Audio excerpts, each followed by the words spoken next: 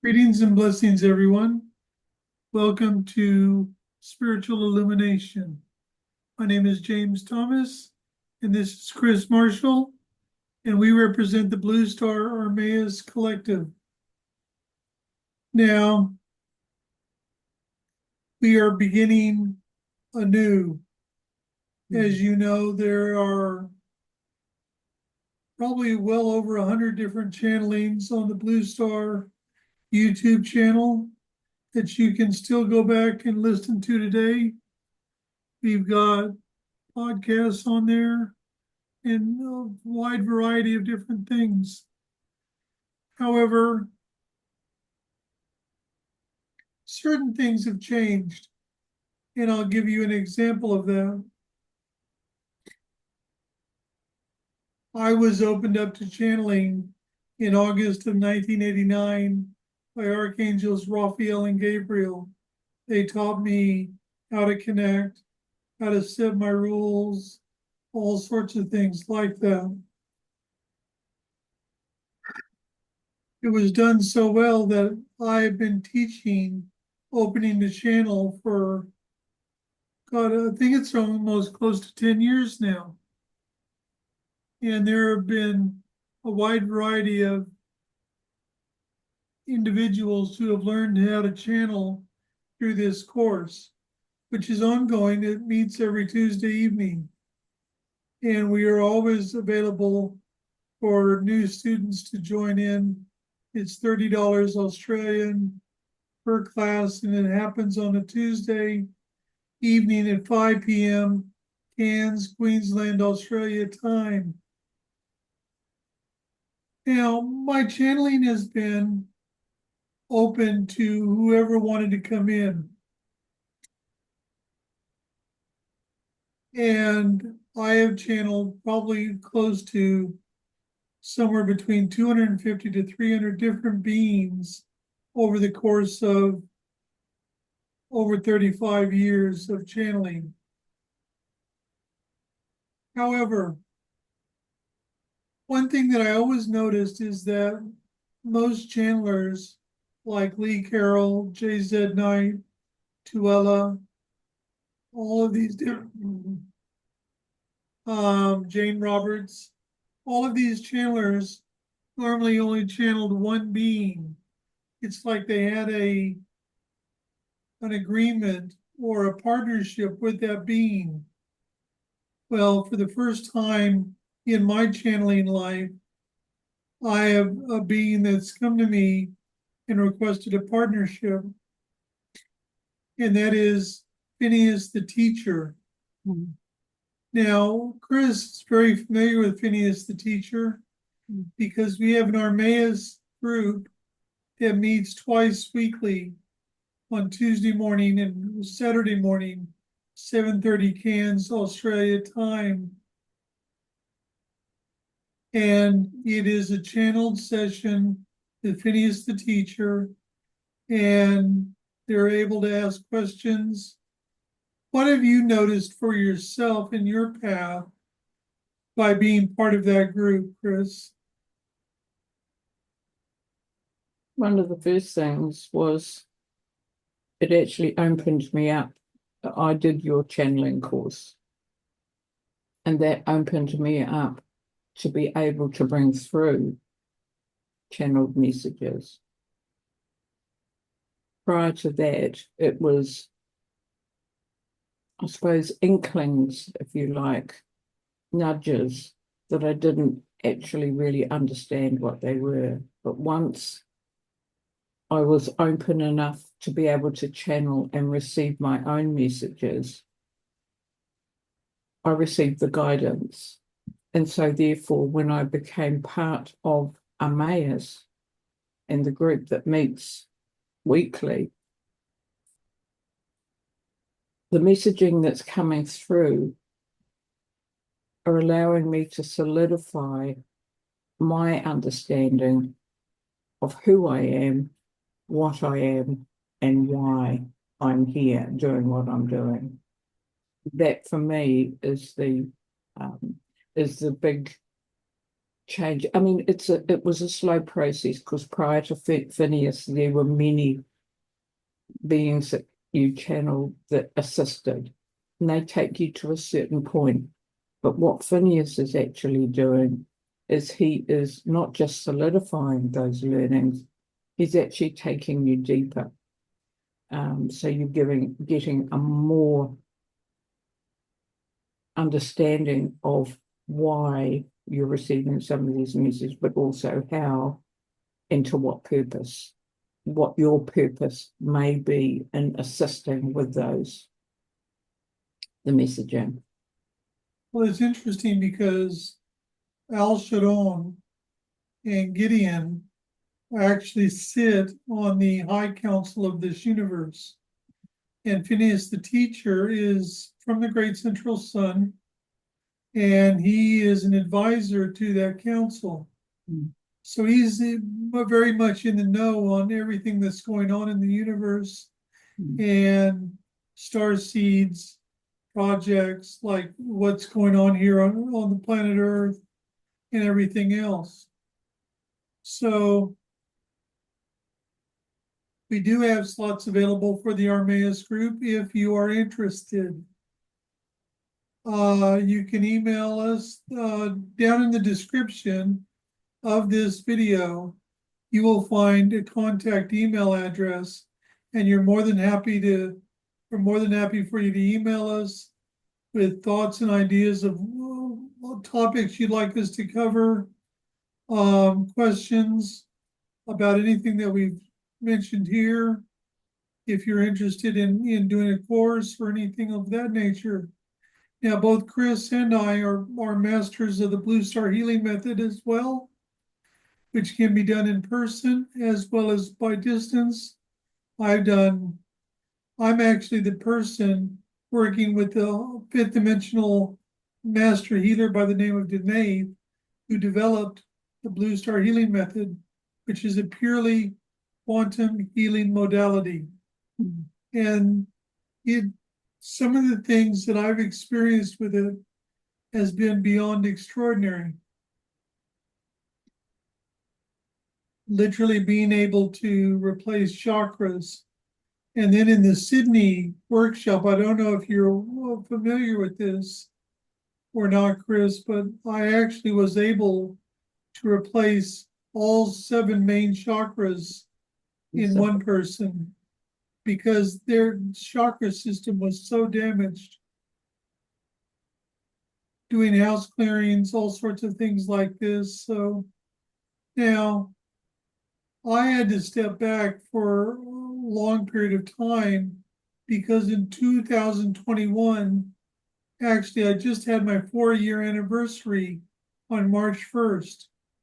I had a stroke, which caused me to lose the use of my arm and leg on the left side.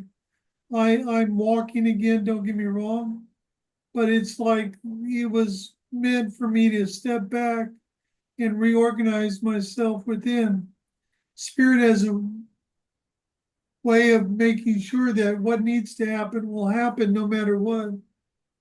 So just recently, my wife and I went to New Zealand for our birthdays. It was Janice's, my wife's, main big birthday of 60. And so she wanted to go and spend time with her family. So we had a great week of birthday celebrations and everything, because our birthdays are 3 days apart. And then we traveled down south and did a lot of clearing, a lot of cleansing, and a lot of purification. And when I came back, I was told by Phineas that it was time to start brand new. Now, I created in 2015 Blue Star Spiritual Group, and it's now Blue Star Armais Collective. And the reason for the name Armais Collective, I wanted to give you the indication of why that phraseology. this universe, our universe, is called Armais. It's one of 9 universes that make up a multiverse. Now,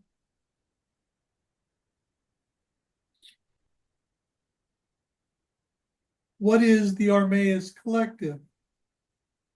On this planet, there are a wide variety of what we term star seeds. Now, these star seeds come from all throughout this universe. The ones that we normally connect with the most are those from the Pleiades, Sirius, Lyra, Orion, so on and so forth, but they actually come from throughout this universe. And the Armais Collective refers to these star seeds who are working to assist this planet in its evolution and eventual ascension. Now, there is a lot of misunderstandings that have been given by star seeds over the years. They connect with their purpose and what is it that they get, that they're here to evolve and ascend. So a lot of star seeds focus on wanting to ascend out of this third dimensional reality. But the truth of the matter is, the ascension isn't for star seeds. It's actually for the native human population, or what we refer to as the humanity of Earth. What is your understanding on this, Chris? I think that when I first heard that, something within that fell into place, because I had never ever felt that I truly belonged. So that was the first thing for me. I realized that this was not home for me. I got that indication at the age of 13. So I understand that very well. I'm a slow learner. It took me a while. That was the start for me. And it started as a curiosity. So if I'm not from here, who am I? Where do I come from? And why am I here?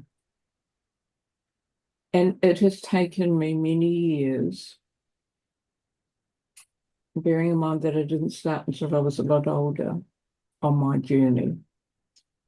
But in saying that, I believe that we all begin our spiritual journey in one way or another from the one when we're very young.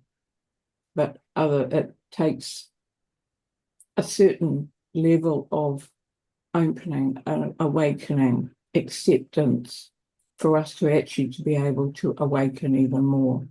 So my main awakening came for me in 2011. And from then, that was a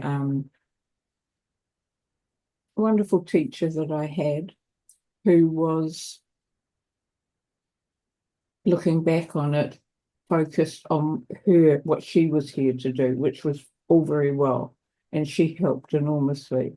But it was only after that, subsequent to that, meeting various people and eventually meeting you, James, in 2016, where my level of awakening, understanding, after doing the Blue Star Healing course, which opened a huge door for me.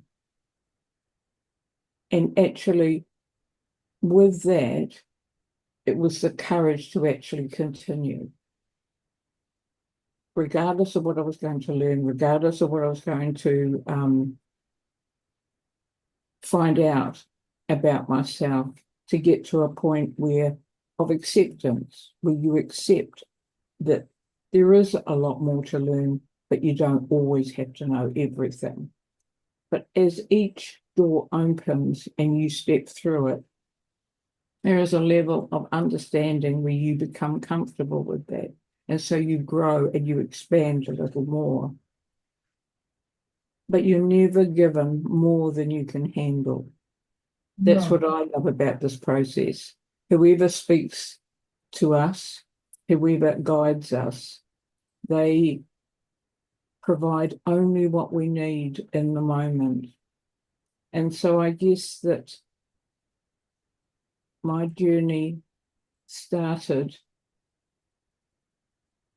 before I even really realized it when I was younger. But it wasn't a dramatic understanding. It wasn't a dramatic door opening for me. It was extremely slow because was so embedded in this life here. Now I feel as if I am straddling both, doing what I have to do here to continue my existence, but opening up more on the other side of me so that I can actually do what I'm meant to do here.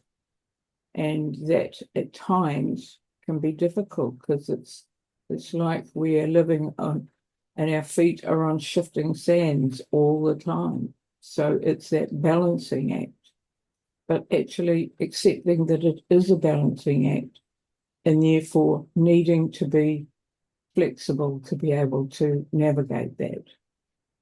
In the Armais group, each week, twice a week, with Phineas coming through with his continuing teaching, is actually giving us a little more.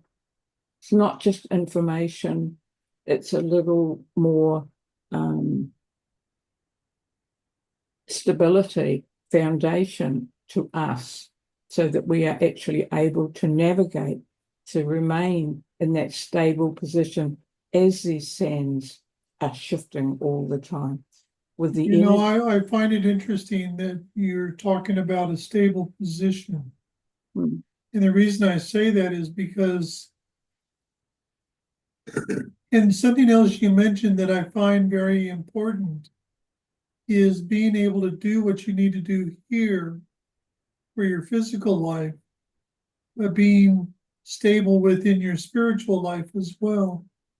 One of the things that I think has really bothered me being a part of the spiritual community since the late 1980s for me has been the fact that so many starseed have this thought that they can't, to be spiritual, you can't work in mainstream. You can't be engaged in the physical side of life. But what the truth of the matter is, the most spiritual person I've ever met in my life is my wife, Janice. And you know Janice very well. She's a social worker.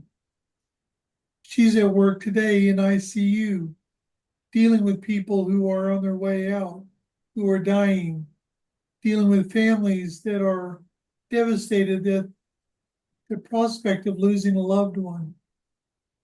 She's worked in the mainstream all along for over 30 years as a social worker.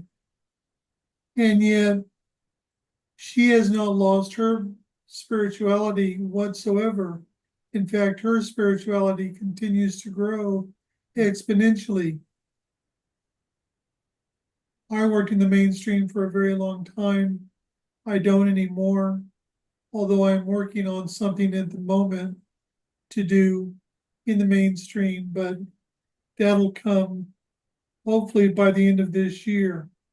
So at the end of the day, it's like, for me, it's like I grew up as a Christian. I grew up in Oklahoma. I laugh when I tell people this, but it's actually true. I say I'm a white trailer trash Southern redneck from Oklahoma, but it's true. I grew up in a trailer park. I was white trash. Have a nice day. No big deal. I honor where I come from. But I grew up going to church because I lived in an area that's known as the Bible Belt. And I went to church anywhere from 3 to 5 times a week for the majority until I was about 18 years of age. Spirit had a very interesting way of getting me to leave the church that I was going to. I had been an active member, teaching Bible study, going 3 to 5 times a week, every week for 3.5 years, right? 3.5 years I've been doing this. Same church, same minister. One day I'm standing, it's Sunday, the service has just ended, and I'm standing by a pew where my sister is sitting. And I'm talking to my sister Terry. And Brother Paul Salyer, the minister, comes up, says hello to my sister by name, turns to me and says, "Oh, my name is Brother Paul Salyer. Is this your first time here?" And I was like, in that moment, I was like, if you can't even recognize me after all this time, then apparently I'm not meant to be here. And I stopped going to church. I went to other churches trying to find a new spiritual home, shall we say. Nothing resonated. And then I discovered later on of something very fascinating. Southern Baptists, which is the church that I was going to at the end, South Lindsay Baptist Church, Southern Baptist, we call people who are Southern Baptist Bible thumpers.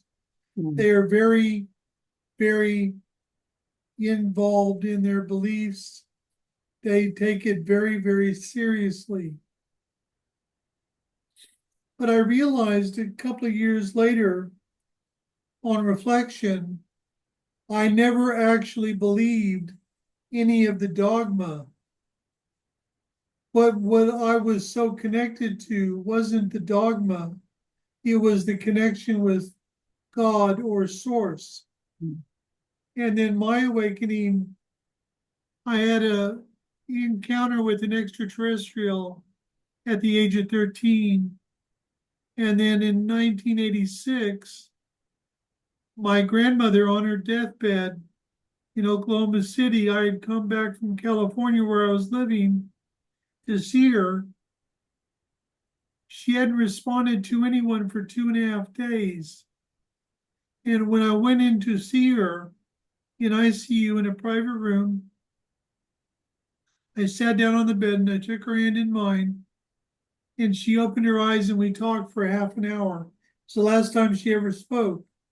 She made me promise her 2 things: that I would make peace with my grandfather before he passed away, which I did do, and that I would stay on the path that I was starting.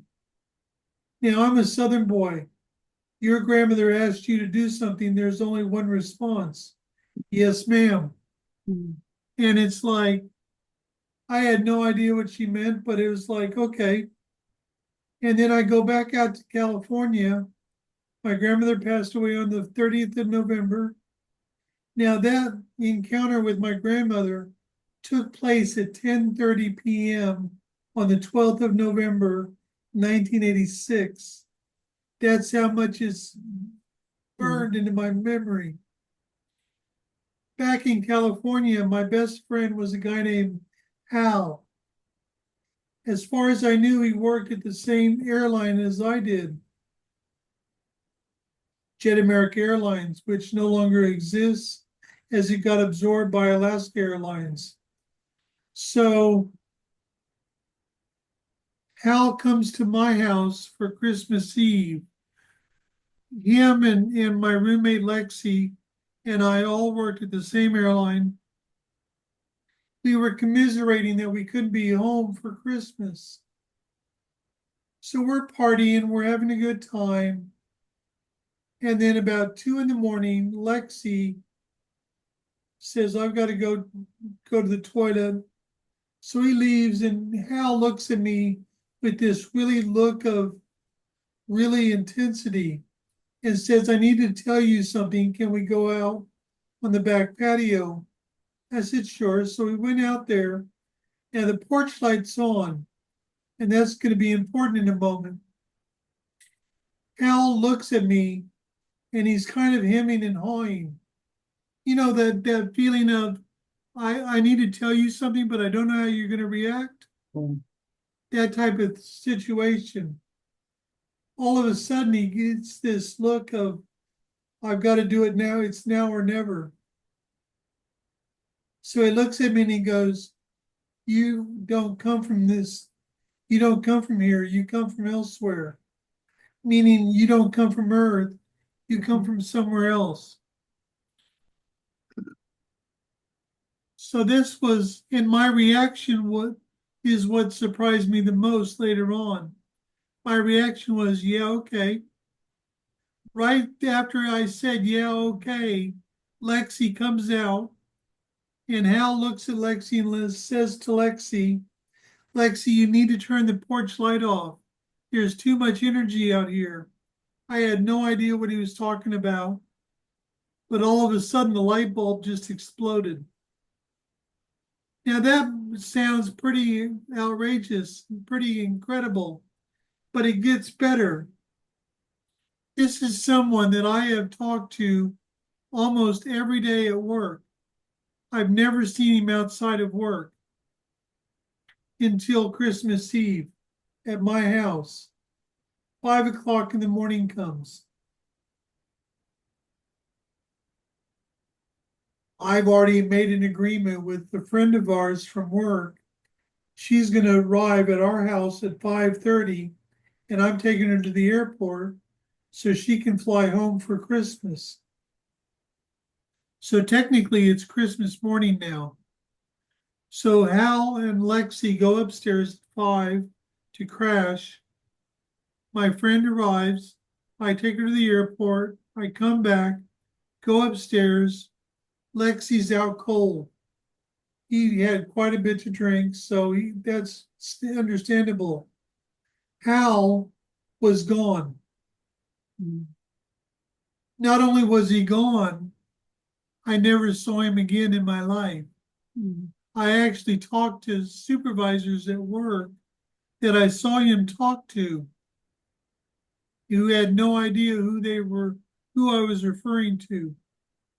And then I remembered something, a conversation that Hal and I had had one time in the hallway. He was holding a tape recorder. Yes, back in those days, you had tape recorders. It was the early 80s. And he had this really amazed look on his face. And he goes, man, you will never guess what happened. I said, what? He goes, I recorded myself on this tape recorder. I said, yeah. I played it back. There's nothing on there. He wasn't actually incarnated on the planet. He basically manifested physically in order to give me that message. Once he gave me that message, he left. This is the nature of my life. The most amazing things have happened to me. But it's like, I'll put it this way. I've heard a lot of spiritual people say, I want to become a tarot reader. I want to become a healer. I want to do, whatever the case may be. I don't have that desire. I have to do what I do. So here's what's going to happen. We're going to be doing this every few days, but we will do like more focused podcasts on different topics. Give me a topic for our next podcast, Chris. Whatever you want. I think for a start, we need to go back to basics. So I think the importance of trust and faith. Good. So that'll be our next podcast. However, having said that, in between the podcasts, there will be a live channeling from Phineas the teacher. These will be uploaded regularly. When there is enough people that are interested, we will start doing live channelings with Phineas the teacher and guest speakers as were. Sometimes Phineas likes to bring in someone different to address different topics. So in the meantime, we will close this out and say it very, very simply. If you have this feeling, or you know that you're a star seed, you're not alone. We are there to assist you. Like I said, if you're interested in our opening the channel workshop or class or the Armais group, you have a topic you'd like us to discuss and delve deeper into, please email us. Like I said, the email addresses are down below. You can also find our books, which is The Final Incarnation, James Thomas, of course, my name, or Gideon.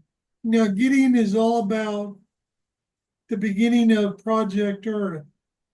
And The Final Incarnation is, well, technically it's my story and Janice's story that came through, that was originally published in 2006 through lightworker.com in Las Vegas, Nevada. We re-released it. We updated it some and re-released it in 2021.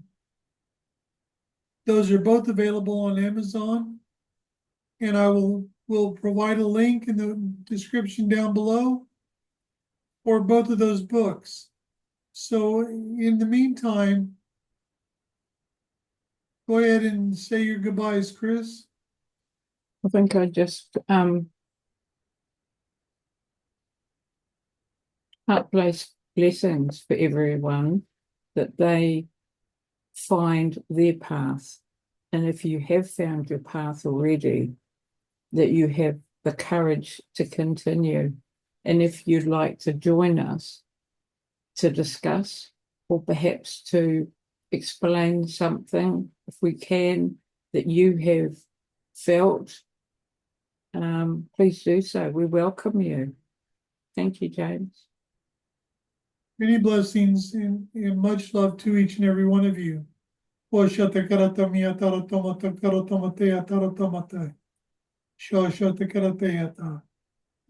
everyone. As soon as my things work here.